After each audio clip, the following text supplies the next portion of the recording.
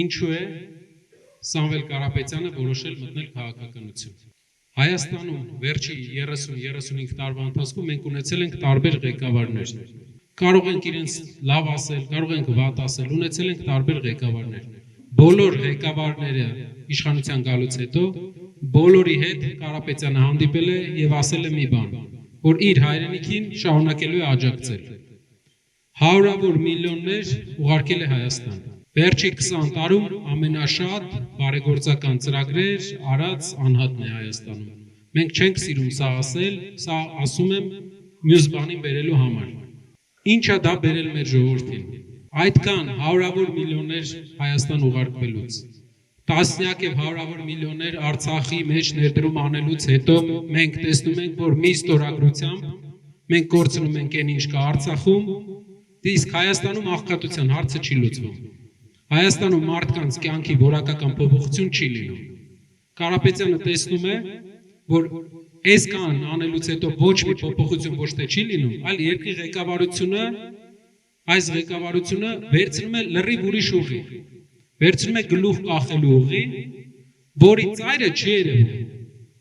Սկսում է հետևողական եկեղեցու դեմ արշավ։ Այսօր նա հայտարարել է, որ հայկական պահանջատիրությունը չի պաշտպանելու։ Դա գիտեք ինչ է նշանակում։ Ցեղասպանության ճանաչումը պետականային չի պահանջելու։ Այսօր հայտարարել, որի մասին մենք գիտենք 7 ամիս առաջ։ Սա կարող է ասեք, որ սա կարող է օգնել, որ լինի խաղաղություն։ Եկեք դիտարկենք, թե ինչ խաղաղություն է նա ուզում բերել։ Երկու ձևի խաղաղություն, թույլ ու ուժեղ։ Թույլ խաղաղությունը դա այն խաղաղությունն է, որ մենք մեր դուռը բացում ենք հակառակորդի ազգի ներկայացուցիչների առաջ։ Երբ որ մենք դուռը բացում ենք իրենց Հայաստան գալու առաջ։ Հարևան երկրի ղեկավարը բազմաթիվ անգամ ասել է, որ իրենք պետք է գան։ Որտեղ բոլոր պահանջները, այլ պահանջ չկա, որ ունենա ինքը։ Ինչ ուզել է, ստացել է, հիմա վերջի մի հատ նոր պահանջ է մտածել, որ այստեղ պետք է գան իր այն մարդիկ, ովքեր Գորիսում երբեք չեն ապրել, ասենց ասեմ։ Իմացաք ում մասին է խոսքը։ Ու գան սերմ դնեն Հայաստանում։ Դա թույլ խաղաղությունն է։ Խաղաղությունը լինելու է երկու դեպքում է։ Ուժեղ խաղաղությունը դա այն խաղաղությունն է, որի մենք հասելու ենք ուժեղ ձևի, այսինքն մեր դուռը փակ է լինելու, հարևանների հետ հավասարը հավասարի հետ պես ենք շփվելու։ Հայաստանից ներս գանք, տնտեսությանը կանգնայինք։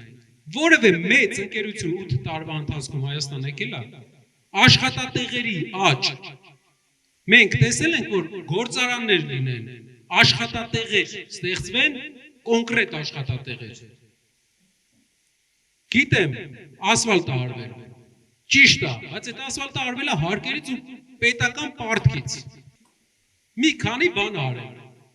Ծախս արել։ Եկամուտ չի բերել։ Իրական առաջնորդը, այն առաջնորդն է, որ եկամուտ բերող բաներ է բերում երկիր։ Ներդրումները դրանք եկամուտ են թե բյուջեի համար, թե աշխատատեղ են ժողովրդի համար, բարձր աշխատավարձեր ապահովելու համար։ Մեր երկրի ղեկավարը մեր երկրի 8 տարվա մեջ ավելի շատ պարտք է վերցրել, քան մեր երկիրը 28 տարվա մեջ մինչև իրար։ Դե պարզա այդ 8 տարվա մեջ վերցրած պարտքը ժողովրդի առաջ ցույց է տալի։ Ձեր հարևաններից ովքեր իրան աջակցում են, կարող ասեք ճիշտ է, բայց այնքան պարտք է վերցրել, այս տարի այնքան պարտք է վերցրել, որ ինչևէ 4 տարին իրար հետ։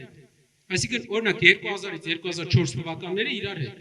3 տարվա պարտք մի տարում վերցնում է։ Ամեն ամիս $100 միլիոն պարտք է վերցնում մարդը։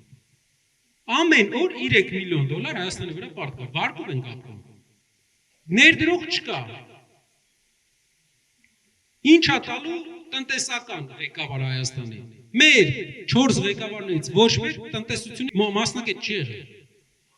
Ունեցել ենք առաջին նախագահ եղել է լեզվաբան, քաղաքական գործիչ, երկրորդ նախագահ ինժեներական բազայով ռազմական գործիչ, երրորդ նախագահ գիտենք, չորրորդ վարչապետն էլ խմբագիրն է, գրում է, բայց դա երկիր պահելու ձև չի։ Մեր հայրենակիցներից շատերը, ձեր հարևանները կասեն, բայց ինքը խելոք է երևում, չգիտեմ, բան է երևում, ինչ են ասում, հասարակ է երևում, այ ձեր ցավը տանեմ, հələ հարևան գելերին նայեք։ Մենք գելի դեմը ինչ ենք հանել կռիվ։ Դրա համար էլ ուր եկել տակ ա տվել։ Տնտեսական գործերը մեր Վրաստանում աղքատությունը երկու անգամ իջել է։